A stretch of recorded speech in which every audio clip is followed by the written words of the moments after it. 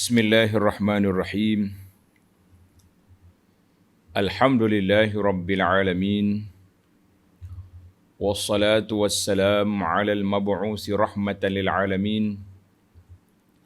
Nabiyyina wa habibina wa qudwatina wa sayyidina Muhammad ibn Abdillah wa ala alihi wa sahbihi wa man sar ala nahjihi wa ihtada bihadihi wa istanna bisunnati ila yaumiddin, amma ba'du.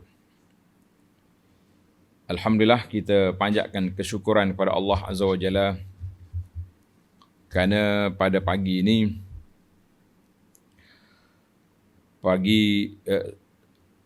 kita dapat meneruskan pengajian kita dalam tafsir surah Al-Anbiya. Tafsir Suratul Anbiya, surah yang ke-21. Dalam juzuk yang ke-17. Surah 21, juzuk yang ke-17. InsyaAllah kita sambung perbincangan kita bermula ayat 78. Ayat 78, cerita dua beranak, iaitulah Nabi Allah Daud dan Sulaiman. Dua beranak yang diberi kekuasaan dan ilmu al-hikmah. Ini yang kita akan bincangkan dalam siri ini, insya-Allah. Baik para jemaah sekalian, kita mula dengan baca beberapa ayat sebelum kita pergi ke perbincangan. A'udzu billahi as-sami'il 'alim minasy syaithanir rajim. Wa Daud wa Sulaiman idh yahkumani fil hars إذ نفشت فيه غنم القوم وكنا لحكمهم شاهدين ففهمناها سليمان وكلا آتينا حكما وعلما وسخرنا مع داود الجبال يسبحن والطير وكنا فاعلين وعلمناه صنعة لبوس لكم لتحصنكم من بأسكم فهل أنتم شاكرون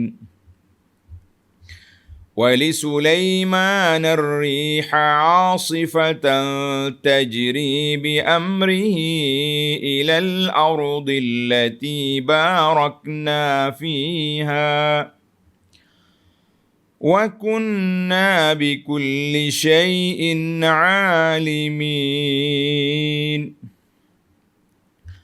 ومن الشياطين من يغوصون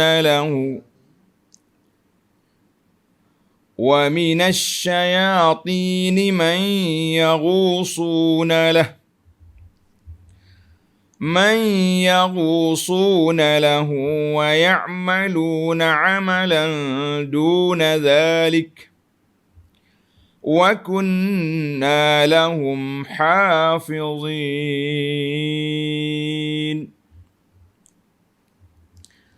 Itu je ayat dalam kisah Nabi Daud dan Nabi Sulaiman dalam surah ini.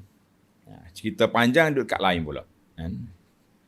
Jadi alhamdulillah para jemaah sekalian, bagi jemaah yang pegang pimpinan Ar-Rahman, muka surat kita 697, 679.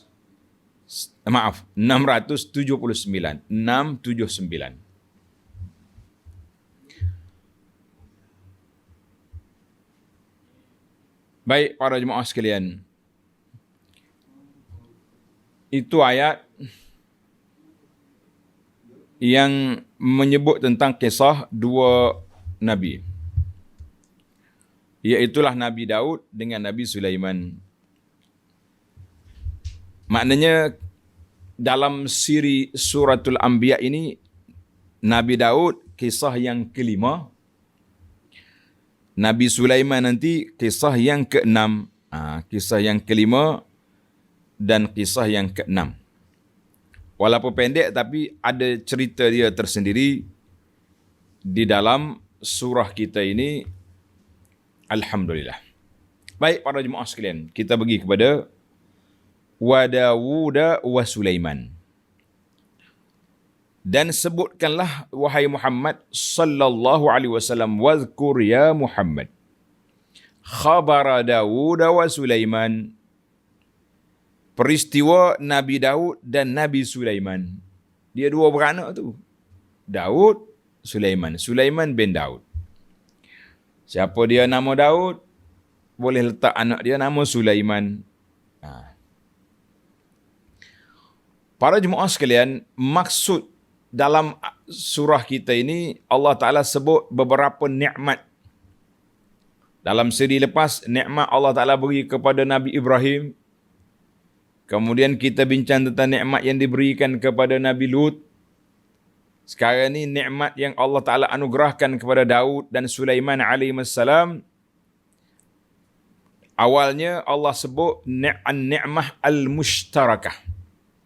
Nikmat yang bersama antara dua beranak ni, antara ayah dengan anak. Kemudian zakara ma yakhtassu, kemudian disebut masing-masing ada kelebihan yang tersendiri. InsyaAllah ini perbincangan kita dalam siri, dalam kisah yang ada depan kita ini. InsyaAllah. Baik para jemaah sekalian. Wa Dawud wa Sulaiman, Nabi Daud dan Sulaiman, iz yahkumani fil hars. Iz yahkumani fil hars, ketika mereka berdua menghukum mengenai tanam-tanaman. Tanaman bila ni? Iz nafashat fi ghanamul qaum, semasa ia, tanaman itu dirosakkan oleh kambing kaumnya pada waktu malam.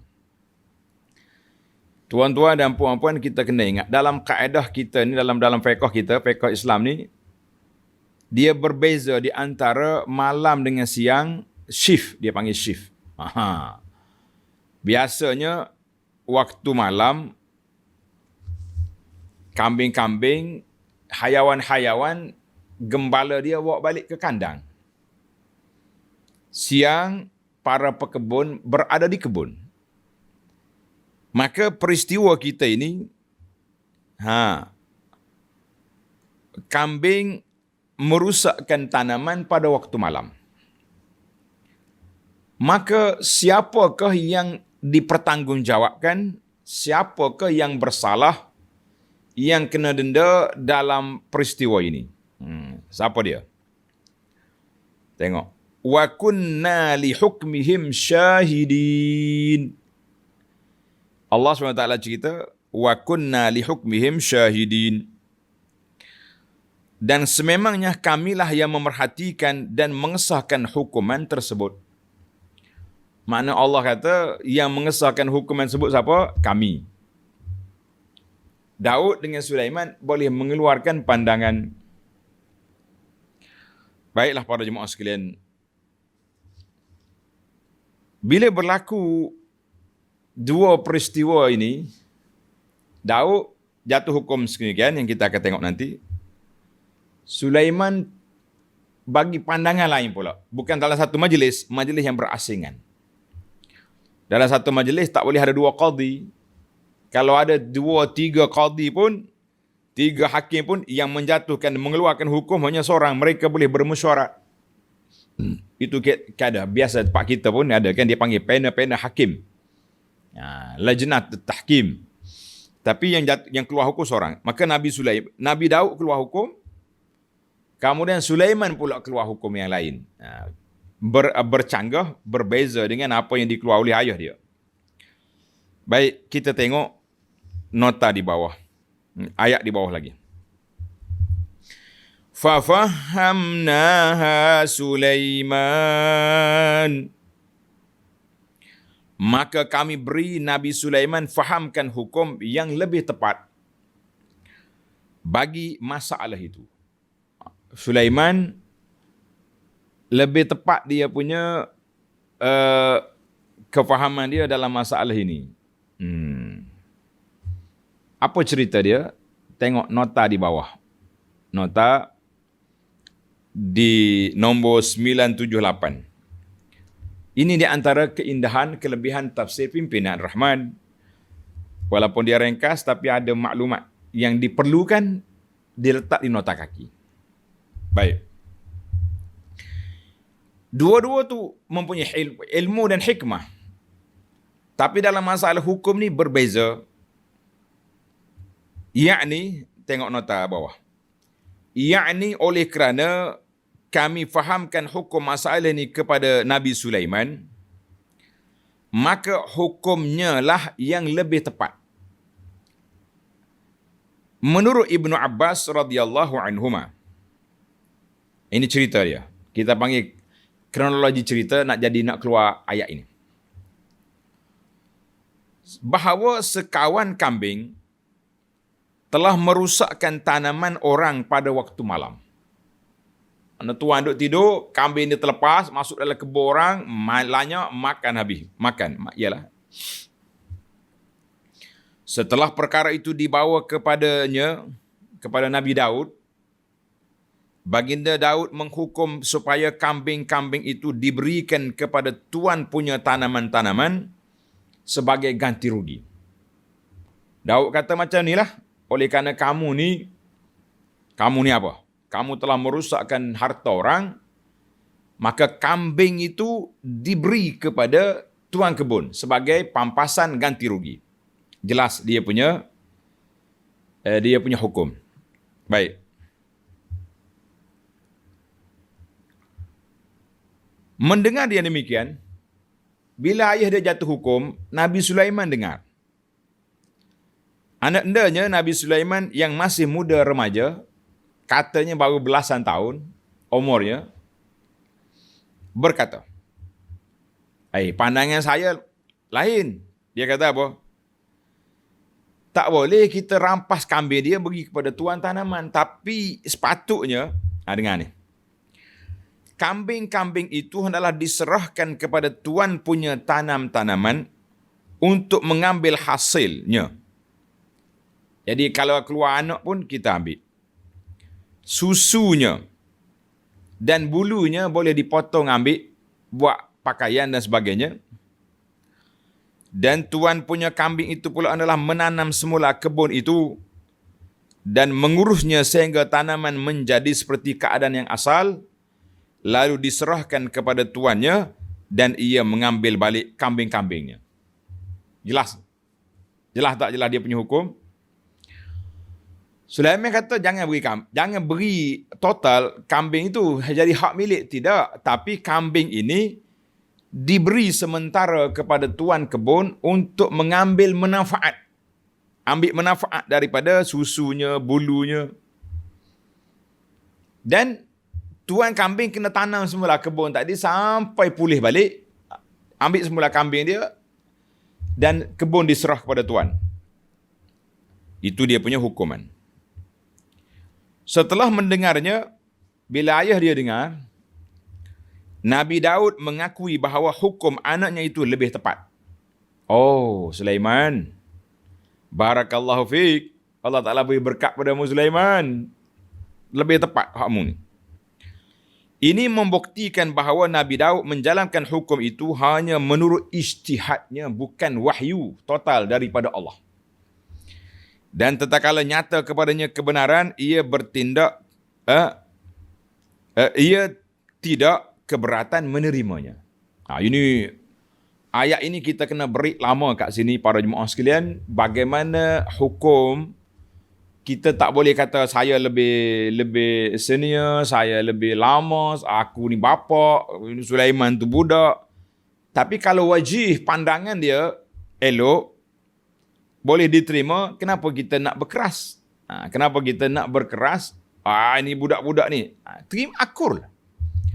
Ini dia panggil insaf di dalam perbincangan. Insaf dalam perbincangan. Tapi kita hari ni, penuntut ilmu zaman kita hari ni tidak nak belajar dengan Nabi Daud, dengan Sulaiman. Kita lebih kepada ego, siapa yang tegur saya tu? Oh dia ni, coba cek dia punya live, berapa orang tengok? 60 orang. Saya sekali live 6,000. Jangan cabar. Tengok. Kita tak kira orang ramai ke, follower ke, apa dia. Tapi yang kita nak tengok, bila kita sedar bahawa ucapan kita ada sedikit kekeliruan, walaupun tidaklah salah penuh, kita kata, baik kita buat penjelasan. Kita ucap terima kasih kepada orang yang menegur. Dalam isu macam ni, minta maaf lah, saya ni belajar, duduk di Madinah lama, dan menghadiri, dia panggil munaqashah ilmiah, perbincangan ilmu. Orang Arab lebih terbuka. Bila ditegur, spontan dia jawab, jazakallahu khairah. Allah Ta'ala bagi kebaikan kepada awak, saya pun tak perasan. Tapi kalau kita tegur sebahagian masyarakat, saya tak sebutlah kumpulan, terima kasih pun tak kata. Allahu Akbar. Baik. Ilmu ilmu yang ditinggalkan oleh dua beranak ini sangat besar. Yang patut kita ta'ammul, kita kaji, kita korek, kita tadabbur. Dia panggil adabul bahthi wal munazarah. Adab berbincang, adab bermuzakarah, dan adab berdebat. Bahawa bila kebenaran itu timbul, secara otomatik kita kena akur kepada kebenaran. Sebagaimana kata Sayyidina Umar radhiyallahu anhu, al-ruju' ila al-haqqi khairum min at-tamadi fil batil. Kembali kepada menyatakan, menerima kebenaran, lebih baik daripada kita lantak terus dalam kebatilan. Baik para jemaah sekalian, anda rasa kita sudah jelas dari sudut perbincangan Nabi Daud dengan Nabi Sulaiman. Tapi ingat, ini dia panggil ayat ini ayat insaf. Apa makna insaf? Cara Allah SWT sebut, Daud jatuh hukum. Tak lama Sulaiman keluar hukum balik. Dia panggil bercanggah hukum. Sebab itu dia katakan hukum masalah ijtihad boleh diberi pandangan yang kedua, pandangan lain. Dalam masalah apa? Masalah ijtihad. Tapi dalam masalah perkara yang ada nas, tak boleh. Nas tidak boleh dibatalkan dengan ijtihad orang. Tapi ijtihad boleh kita bincang. Baik para jemaah sekalian, Nabi Daud dengan anaknya Sulaiman telah menjatuhkan hukuman. Allah kata, wa kunna li hukmihim syahidin, dan sememangnya kamilah yang memerhatikan dan dapat mengesahkan hukuman mereka. Jadi Allah Ta'ala tengok, kalau tak betul, pasti wahyu turun untuk menegur. Kalau tak betul, itu kelebihan para anbiya alaihimussalatu wassalam. Kelebihan mereka, dia ada wahyu. Mereka ada apa? Ada wahyu. Allah tidak akan biarkan, tidak akan tinggalkan begitu saja. Salah dibetulkan. Sebagaimana berlaku zaman Nabi sallallahu alaihi wasallam, Nabi juga pernah berijtihad dalam bab Asra Badar. Dalam bab tawanan perang Badar, maka ketika itu Allah Subhanahu wa taala hantar wahyu mari tegur Nabi sallallahu alaihi wasallam. Baik. Maka dalam ayat ini setelah dua-dua beri pandangan, Allah kata apa? Fafahamnaha Sulaiman. Fafahamnaha Sulaiman, dan kami telah beri kefahaman dalam isu ni kepada siapa? Kepada Sulaiman. Kata di ulama tafsir tadi, setelah selesai Nabi Daud keluarkan hukum, maka Nabi Sulaiman pula bagi pandangan, dan alhamdulillah ayah dia terima. Kita sebagai bapa, kalau anak-anak bagi pandangan, jangan ego. Jangan rasa, budak lah. Kita teliti. Kita kaji balik. Pandangan yang diberi, kalaulah tepat, gosok kita atas kepala anak. Barakallahu fiik ya waladi. Allah yajzika khaira ya walid. Ya bunai. Barulah anak pun semangat. Semangat apa?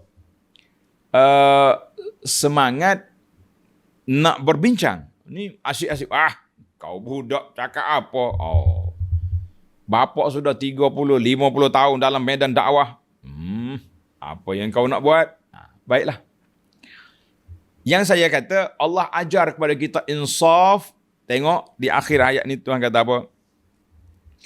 Wa kullan atayna hukman wa ilma. Wa kullan, dan masing-masing dari mereka berdua, dua beranak ini, kami berikan hukman, ay atayna nubuwatan. Allahu Akbar. Hikmah kebijaksanaan, iaitulah pangkat kenabian. Pangkat kenabian. Allah Ta'ala beri dua-dua jadi Nabi. Masya Allah. Wa ilma, dan ilmu tentang agama Allah, tentang hukum hakamnya yang banyak. Hukum hakamnya yang banyak. Tengok nota. Yakni dalam pada itu, keduanya Nabi Daud dan Nabi Sulaiman masing-masing dikurniakan oleh Allah dengan hikmah kebijaksanaan dan ilmu yang banyak. Di antaranya ialah ilmu dengan jalan ijtihad. Ilmu dengan jalan ijtihad. Ijtihad ni para jemaah sekalian sangat penting. Ilmu yang ada nas mudah. Macam isu yang berlaku zaman kita sekarang. Zaman kita sekarang ni, kita sangat memerlukan kepada apa? Sangat perlu kepada ijtihad. Sebab apa perlu kepada ijtihad? Kenapa? Sebab banyak perkara-perkara baru yang dia panggil nawazil. Perkara baru yang muncul di zaman kita, tak ada nas dalam Nabi SAW. Di antaranya isu corona. Dengan sebab corona, para ulama menjadikan dia satu bentuk keuzuran untuk seorang itu tidak ke masjid, solat Jumaat dan juga berjamaah. Kalau cari dalam kitab lama-lama, tak akan jumpa. Tapi bagi penulis-penulis fiqh baru, dia kena masukkan. Seperti sakit, musafir, virus corona, contohnya. Itu dia panggil baru. Seorang ulama, tanda tuan-tuan, nama dia Al-Imam Al-Hasanul Basri. Al-Hasanu Al-Basri, ulama tabi'in yang hebat. Dia kata apa? Laula hadhil ayah. Kalau tidak kerana ayat ini, ayat Nabi Daud dengan Sulaiman ni diakui oleh Allah Azza wa Jalla, Tuhan kata apa? Tuhan kata apa kepada dua beranak ni? Wa kullan, dua-duanya ataina hukman wa ilman. Tuhan tak kata tak jadi Daud, dia punya hukuman tak tepatlah. Kata di Hasan Basri, laula hadhil ayah, kalau tidak kerana ayat ini, la ra'aitul qudah qad halaku. Aku tengok ramai qadi-qadi, hakim-hakim binasa. Binasa puak hakim ni. Lish? Sebab ada hukuman mereka tidak tepat. Sebab itu dalam dunia ini mahkamah ada 3 lapis. Mahkamah mustajalah, mahkamah biasa, mahkamah kubra, mahkamah tinggi, mahkamah istinaf, kan nak boleh jatuh hukum besar ni 2-3 peringkat ulama dulu tapis. Peringkat awal, peringkat tengah, peringkat tinggi, peringkat semokkan. Allahu Akbar. Walakinnahu ta'ala asna ala Sulaiman bisawabihi. Allah Ta'ala puji Sulaiman kerana betul dia punya hukuman dan memberi keuzuran kepada Daud bijtihadihi. Allahu Akbar. Allah Ta'ala maafkan Daud dengan sebab ijtihad dia. Jadi kita kata di Hasan Basri, dia kata nasib baiklah ada ayat ini, kalau tidak kita rasa binasalah qadi-qadi. Sebab apa binasa qadi? Sebab ada qadi yang tidak tepat hukumannya. Sebut dalam hadis Nabi kita sallallahu alaihi wasallam bersabda, "Iza ijtahadal hakim fa asaba falahu ajran." Mana-mana hakim yang berijtihad dalam hukumnya, bila tepat hukum dia boleh 2 pahala. Pahala ijtihad, pahala hukum tepat. Wa iza ijtahada fa akhtaha falahu ajrun. Kalau dia berijtihad kemudian dia salah, maka dia boleh 1 je pahala. Pahala ijtihad. Pahala betul tak betul. Kan? Allahu Akbar. Dalam wafis sunan as-sihah, dia kata dalam hadis Nabi, al-qudatu salasan. Qadi, hakim tu ada 3 kategori. Qadin fil jannah. Qadi, seorang hakim syurga. Wa qadiyani finnar, 2 jenis qadi lagi, hakim lagi dalam neraka. Siapa dia dalam syurga? Rajulun alimal haqqa wa qada bihi fa huwa bil jannah. Mana-mana hakim yang dia tahu kebenaran dan dia jatuhkan hukuman berdasarkan ilmu dia, dia ahli syurga. Dan warajulun hakama bainan nasi ala jahlin. Orang yang menjatuhkan hukuman dia jahil. Dia jahil tapi minta jawatan hakim. Ini bahaya. Guna kabel ke, guna apa sajalah, kan? Guna internet ke, fahuwa finnar, maka dia dalam neraka. Warajulun alimal haqq. Seorang yang tahu kebenaran, wa qada bi khilafi, tapi dia menjatuhkan hukuman tidak ikut ilmu dia, fahuwa finnar, dia juga dalam neraka, wal iyazu billah. Jadi para jemaah sekalian, ini yang kita bimbang hari ini, yang kita takut hari ini, kita duduk dalam kategori mana? Dalam kategori qadi yang mengetahui hukum dan menjalankan hukum, atau qadi yang mengetahui hukum tetapi tidak menjalankan hukum. Ini yang kita rasa bimbang para jemaah sekalian. Sebab apa kita bimbang? Sebab bagaimana nanti nak jawab di hadapan Allah Azza wa Jalla. Bagaimana kita nak jawab di hadapan Allah Azza wa Jalla? Payah tu. Yang masalah zaman kita ini ada satu problem, dia panggil problem dianya, memang tidak ada undang-undang syariat. Undang-undang syariat tidak ada. Bagaimana kita nak jatuhkan hukuman mengikut syariat? Itu beratlah. Qadi-qadi lah jawab di hadapan Allah Azza wa Jalla nanti. Macam mana kita orang betul-betul berzina, kita jatuh hukuman 3,000. Macam mana kita nak buat? Baiklah para jemaah sekalian. Hadis itu dalam As-Sunan. Cuma kawan-kawan ni, minta maaf gugu kita orang Kedah jangan marah ni. Ini gurau. Dia kata kalau nak jadi qadi pun jadilah di kawasan lain. Jangan jadi qadian. Jadi kawan kita orang Kedah marah. Dia kata kenapa? Sebab Nabi sebut qadiyani finnar.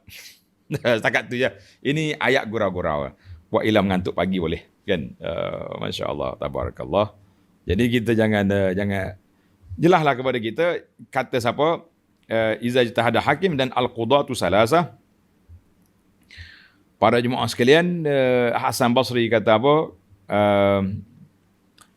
Kata kalau tidak kerana ayat ni, binasalah qadi, hakim. Baik para jemaah sekalian, panjang kita di sini. Tapi saya nak cerita satu lagi. Cerita ni pun menarik juga. Hadis ni dikeluar oleh Imam Ahmad dan lain-lainnya. Sabda Nabi SAW, bainama mra'atan, 2 orang ibu bawa anak masing-masing. 2 orang ibu bawa anak. Tiba-tiba datang serigala, ambil salah seorang anak tadi, bawa lari.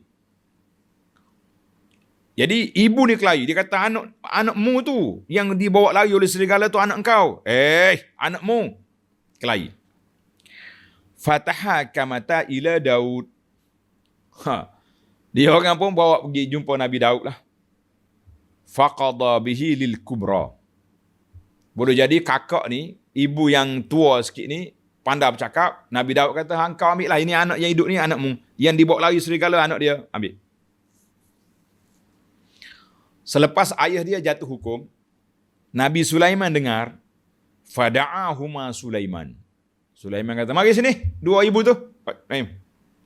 Jangan, duduk tunggu. Faqala hatu sikin. Dia kata, bawa mari pisau. Bawa pisau mari. Oleh kerana mu dua ni mengaku budak ni anakmu, yang ni kata anak dia, ni anak dia, asyuquhu bainakuma, aku nak belah dua budak ni, mu balik sebelah, baru adil. Kalau ambil sebelah yang kakak ni ambil, ni tak tepat. Oh, sekali lagi Sulaiman berbeza dengan bapak dia. Bila Sulaiman ugut nak belah budak ni, bertempik ibu muda. Faqalatis sughra, la. Yarhamukallah ya Sulaiman, jangan belah. Huwa ibnuha. La tashuqu. Anak dia betul, anak dia bukan anak saya. Jangan belah. Faqada bihi lis-sughra, Sulaiman pun ambil budak tu, ni ambil, ni anakmu. Macam mana tuan-tuan dan puan-puan? Apa sebab ni Sulaiman canggah dengan ayah dia? Sebab ibu, kalau betul dia ni ibu kepada budak ni, dia tak akan campur anak dia. Dia tak sanggup tengok anak dia mati, dia sanggup dia mati. Betul tak? Ibu-ibu semua yang ada di sini. Dia tak sanggup anak dia mati, biar dia yang mati. Oi, biarlah, tak apalah. Jangan belah Sulaiman. Pergi kepada kakak ni lah, ambillah anak dia. Aku tak apalah, kira anak akulah yang diambil serigala tadi. Maka Sulaiman bifitnatihi, dengan kecerdikannya, dengan hikmah dia, dia kata, kalau anak dia, mesti dia sayang. Ibu ni oleh kerana bukan anak dia relax. Nak belah-belah lah. Memang anak aku hilang dah pun. Biar dua-dua, orang panggil berputih mata, kata orang. Orang Kelantan kata, biar dua-dua saja belaka. Saja belaka tu makna berputih mata. Kita dua balik tak ada tanpa anak. Dah mati lah anak kalau sudah belah. Buat apa lagi kan? Ini cerdiknya Nabi Sulaiman dalam masalah hukum. Baik, saya tak nak panjangkan di sini. Menarik tuan-tuan muslimin dan muslimat. Baiklah, kita pergi kepada ciri-ciri keistimewaan Daud alaihissalam.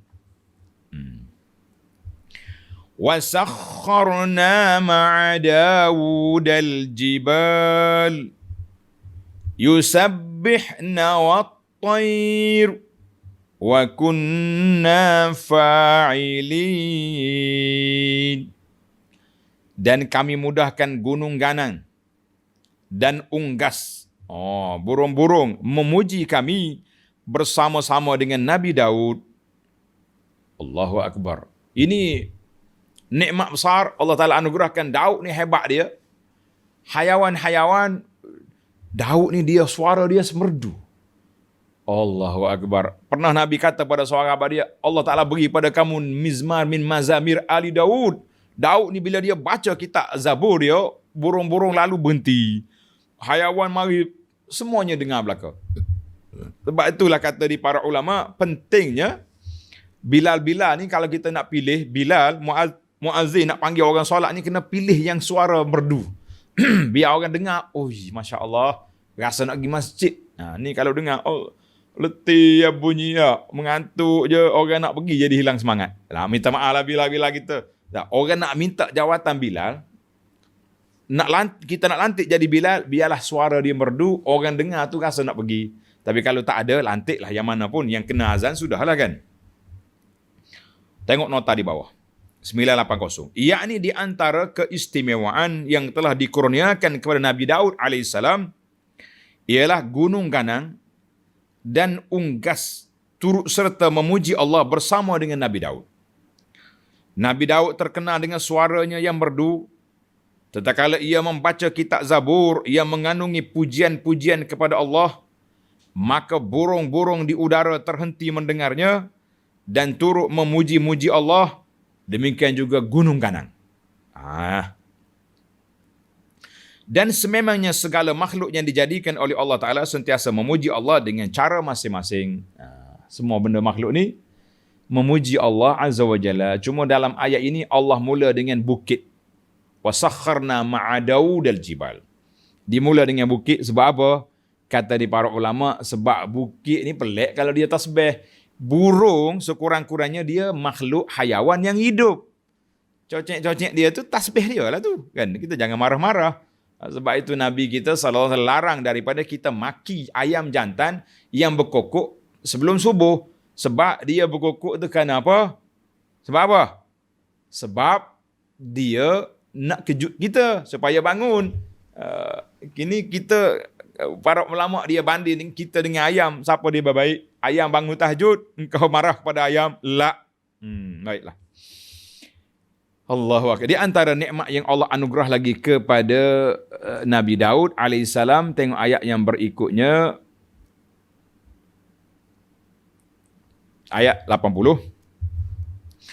وَعَلَّمْنَاهُ صَنْعَةَ لَبُوسٍ لَكُمْ لِتُحْصِنَكُمْ مِنْ بَأْسِكُمْ فَهَلْ أَنْتُمْ شَاكِرُونَ.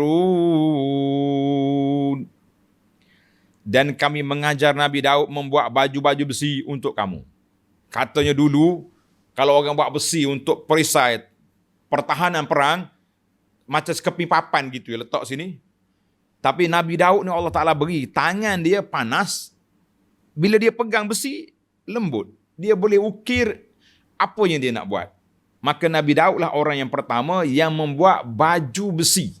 Baju besi macam bentuk baju. Yang lain tak macam bentuk papan sekeping gitu ya. Yang dia tu dalam bentuk baju. Tanda orang pertama yang buat baju besi ni, iaitulah Nabi Daud. Untuk apa baju besi? Lituhsinakum min ba'sikum, untuk menjaga keselamatan kamu dalam mana-mana peperangan. Jadi orang dulu perangan tombak, kena sini tak masuk. Sekarang ni pun kita tengok polis kita ni ada juga dia pakai besi sini kan. Sebab kalau orang tembak takut kena dia punya enjin ni. Kalau kena tangan, kena mana boleh dibaiki, tapi kalau kena sini jawab dia masuk kubur lah dia. Fahal antum syakirun. Allah tanya, maka adakah kamu sentiasa bersyukur? Allahu Akbar. Jadi Nabi Daud, tamaklah kita berpindah kepada mana? Berpindah pula kepada nikmat khas yang Allah anugerahkan kepada anak-anaknya Nabi Sulaiman. Tengok ayat 81. وَلِسُلَيْمَانَ الرِّيحَ عَاصِفَةً تَجْرِي بِأَمْرِهِ إِلَى الْأَرْضِ الَّتِي بَارَكْنَا فِيهَا وَكُنَّا بِكُلِّ شَيْءٍ عَالِمِينَ. Allahu Akbar. Dan kami mudahkan bagi Nabi Sulaiman. Ini kisah yang keberapa? Yang ke-6. Nabi Sulaiman dengan angin yang kencang tiupannya. Angin kencang tiupannya. Tanda tuan-tuan. Ini poin besar. Dalam ayat ini Allah sebut wali Sulaiman rih asifah. Angin yang kencang. Dalam ayat lain tu lah Tuhan kata wali Sulaiman rih. Ada angin yang lembut. Bagaimana dua jenis angin ni? Tengok nota di bawah. Yakni di antara keistimewaan yang dikurniakan Allah kepada Nabi Sulaiman pula ialah dimudahkan angin baginya untuk digunakan pada bila-bila masa yang dikehendakinya sebagai alat pengangkutan ataupun lain-lainnya. Dia guna angin untuk dia nak terbang ke mana-mana. Dia punya kapal terbang dia angin. Allahu Akbar. Allah Ta'ala gambarkan wali Sulaiman ri ghuduha syahrun wa rawaha. Perjalanan Sulaiman nak pergi, kalau jalan kaki sebulan pergi sebulan balik, tapi angin bawa sekejap sampai. Macam kita naik kapal terbang lah kan. Cuma berbeza jenis angin. Dalam surah As-Sad ayat 30 Tuhan kata fasakharna lahu rih tajri bi amri ruhaan haitsu asab. Ruha mana anginnya lembut. Jadi bagaimana berbeza dua ni? Kata di para ulama tafsir tak ada bercanggah apa-apa. Asal angin tu lembut je. Tapi bila Sulaiman nak berangkat, dia jadi kuat. Macam kita lah juga angin sendu. Macam naik kapal terbang. Bila waktu dia nak take off, nak naik tu, dia press. Jadi Nabi Sulaiman ni cerita ada dalam kitab je ni. Tak ada riwayat-riwayat yang sahih. Katanya Sulaiman ni dia punya pengangkutan dia ada kapek besar. Sejadah besar. Dia letak atas tu barang-barang dia. Dia letak kuda dia letak ni alat-alat perang dia masuk dalam tu semua. Dia nak pergi mana-mana negeri yang dia nak pergi. Dia panggil angin. Angin, mari. Angin pun mari. Angkat dia punya ni, terbang. Habis, macam mana dia punya atap. Katanya burung-burung datang, sambung dia punya sayap, jadi atap. Saya kata, wallahu alam cerita ni. Tapi ada dalam buku, dalam kitab-kitab yang menyebut tentang bagaimana tentera Sulaiman. Baiklah para jemaah sekalian, cerita Sulaiman ni cerita yang sangat menarik. Cuma Allah Ta'ala bagi dalam ayat kita ni 2 ayat je. Saya berhenti dengan 2 ayat ini insya-Allah. Baik. Tengok terjemahan. Tajri bi amrihi ilal ardi allati barakna fiha. Angin itu bertiup menurut kehendaknya, kehendak Sulaiman, ke negeri yang kami limpahi berkat padanya, iaitulah negeri Syam, termasuk Palestin, tempat kerajaannya pada zaman itu. Zaman pusat pentadbiran Sulaiman di mana? Duduk di Palestin. Itu yang dikatakan oleh pula para ulama sejarah, Masjidil Aqsa dibina oleh siapa? Oleh Nabi Daud dengan Sulaiman. Masjid Haram Mekah dibina oleh siapa? Oleh Nabi Ibrahim dan Ismail alaihissalam. Dan Masjid Nabi di Madinah dibina oleh Sayyiduna Muhammadun sallallahu alaihi wasallam. Maka timbullah hadis Nabi kata, la tushaddur rihal, mu jangan mengembara untuk beribadat kecuali 3 buah masjid. Masjid Haram Mekah, Masjid Aqsa, Baitul Maqdis dan Masjid aku ini. Sebab apa? 3 buah masjid ini dibina oleh Nabi-Nabi. Dia punya engineer, arkitek dia Nabi. Dan tempat pemilihan tempatnya Allah yang pilih, bukan AJK Masjid yang pilih. Allahu Akbar. Baiklah. Tuhan kata apa? Wa kunna bi kulli syai'in alimin. Dan adalah kami mengetahui akan tiap-tiap sesuatu, semua benda yang berlaku ini diberi di apa ni? Allah Taala Maha mengetahui. Baik para jemaah sekalian, ayat 82 sebagai penutup pada kisah kita ini insya-Allah.